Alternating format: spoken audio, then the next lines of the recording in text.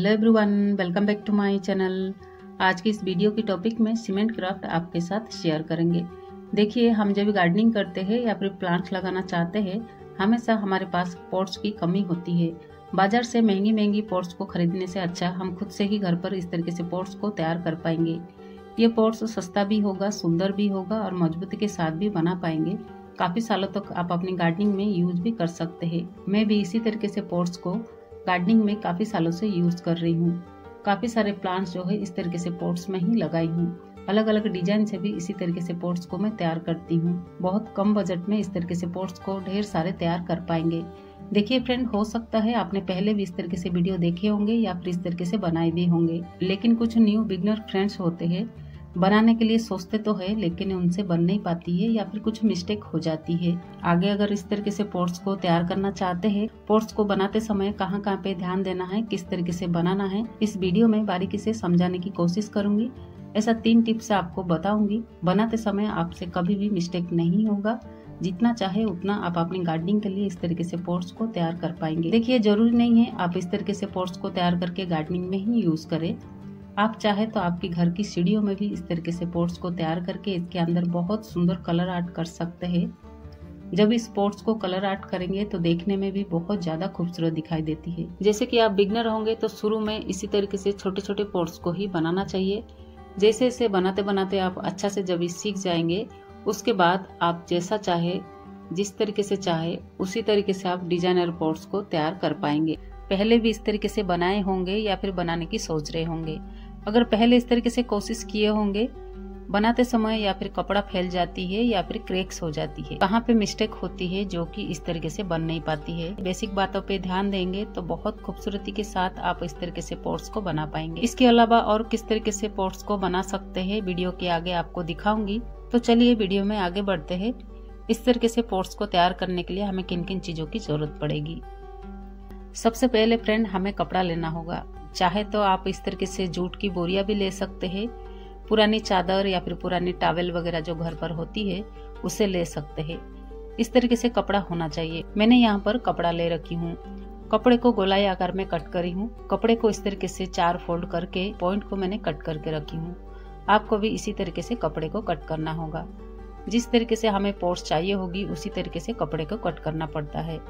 तो सबसे पहला टिप्स है, कपड़े को आपको थोड़ा सा मोटा ही लेना होगा, क्योंकि आप अगर बिगनर होंगे, अगर कपड़ा थोड़ा सा मोटा रहेगा तो बनाने के लिए आसान होगा, किसी प्रकार की कपड़ा जो है फैलेगी नहीं। उसके बाद देखिए फ्रेंड, पॉट्स को बनाने के लिए बीच में इस तरीके से मैंने पाइप को डाल के रखी हूँ।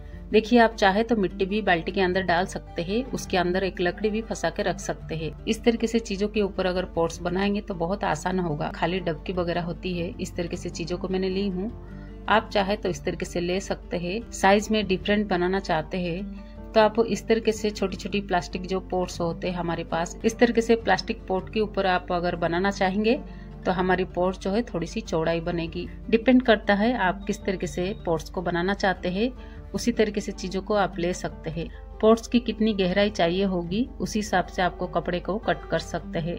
जिसके ऊपर आप बनाना चाहते हैं उसके ऊपर कपड़ा डाल के इस तरीके से नाप लेके भी काट सकते हैं। प्लास्टिक से कवर जरूर कर ले ताकि निकालते समय परेशानी ना हो। उसके बाद यहाँ पर आपको सीमेंट लेना है।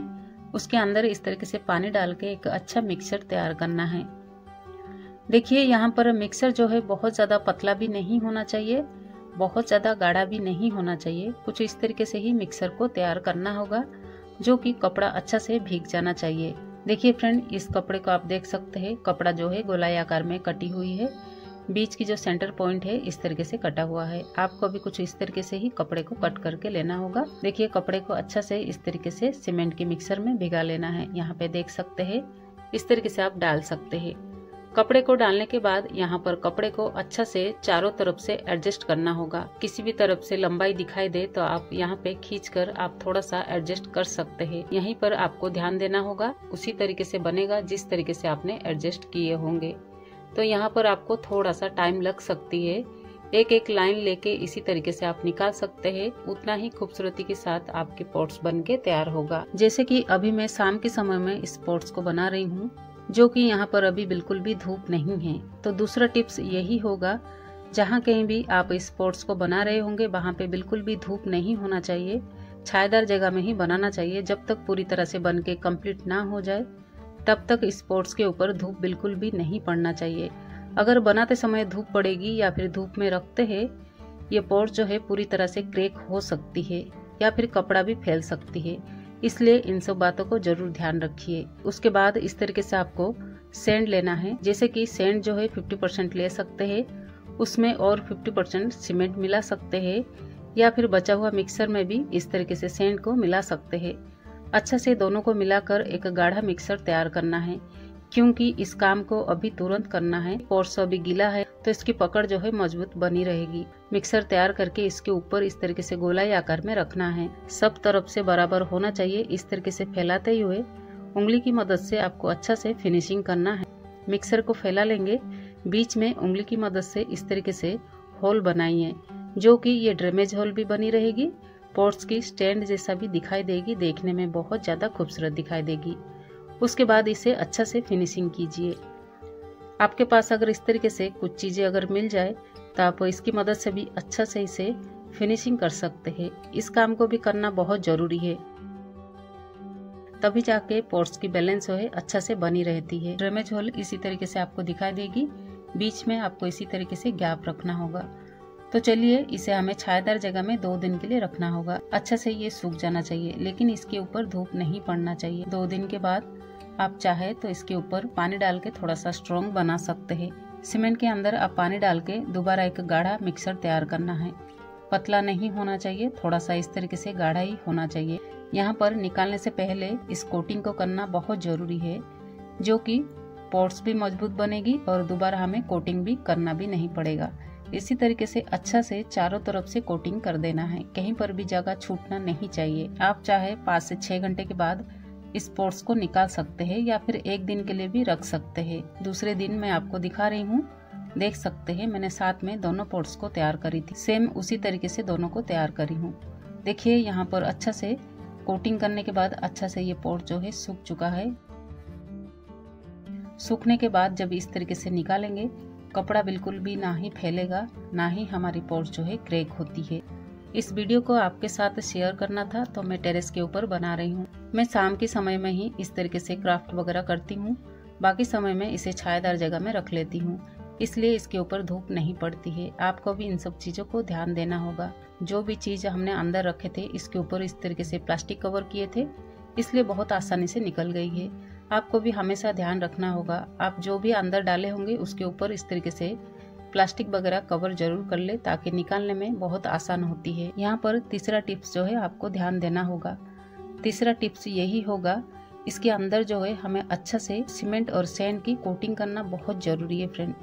इस काम को अगर आप नहीं करते हैं तो आपकी पॉट्स कभी भी मजबूत नहीं रहता है। इसलिए फ्रेंड, आपको सीमेंट और सैंड को लेना होगा। यहाँ पर मैंने बराबर मात्रा में ली हूँ, जैसे कि 50% सैंड तो 50% यहाँ पे सीमेंट ले सकते हैं। तो देखिए फ्रेंड, अंदर से जब भी आप कोटिंग करेंगे, यहाँ पर सिर्फ सीमेंट से कोटिंग नहीं करना है, यहाँ पर आपको सैंड मिलाना बहुत जरूरी है। सैंड और सीमेंट की कोटिंग करना यहाँ पे बहुत जरूरी है, तभी जाके आपकी पॉट्स जो है सालों साल आपके पास बनी रहेगी। देखिए, पॉट्स को निकालने के बाद अगर आपको कहीं से भी कपड़ा कम ज़्यादा दिखाई दे या फिर धागा वगैरह दिखाई दे, तो आप बाद में भी इस तरीके से कैंची की मदद से फिनिशिंग कर सकते हैं।